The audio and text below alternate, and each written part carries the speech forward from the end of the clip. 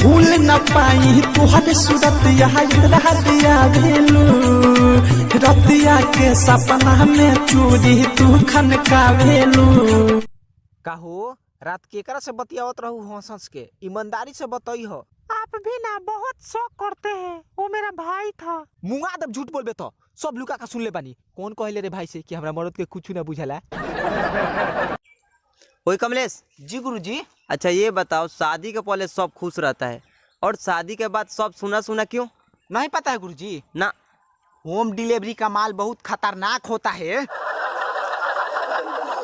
का हो भाभी बड़ी खिलल बारू। सज के सवर के रूप केतनो देखाई ऊ काहे हमर पूरल नहीं मनवा के सारा मिलल बतलो हमारा दा। अरे तेरी रुको हम आजे भैया से कह देम। हाँ ट्रांसफार्मा तू ही चुराया है ना? हम पूछ रहे हैं कि ट्रांसफार्मा तू ही चुराया है। कितने बेर कहता नहीं कि ना। तो पकड़ा कैसे गया? भागना बहुए।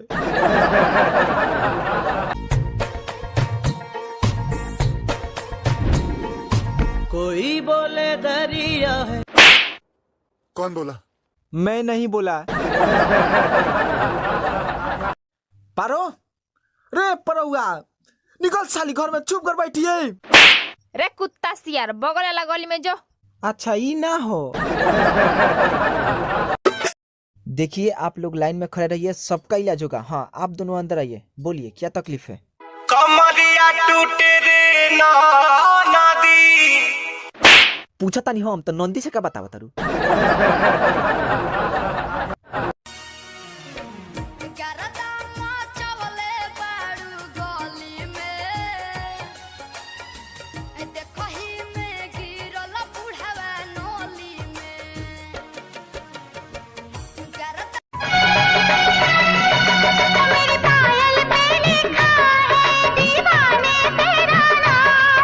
दिखाओ तो मुंगा देम। हई पाइल हो कि कोरिया धागा पहनले बाड़ी रे।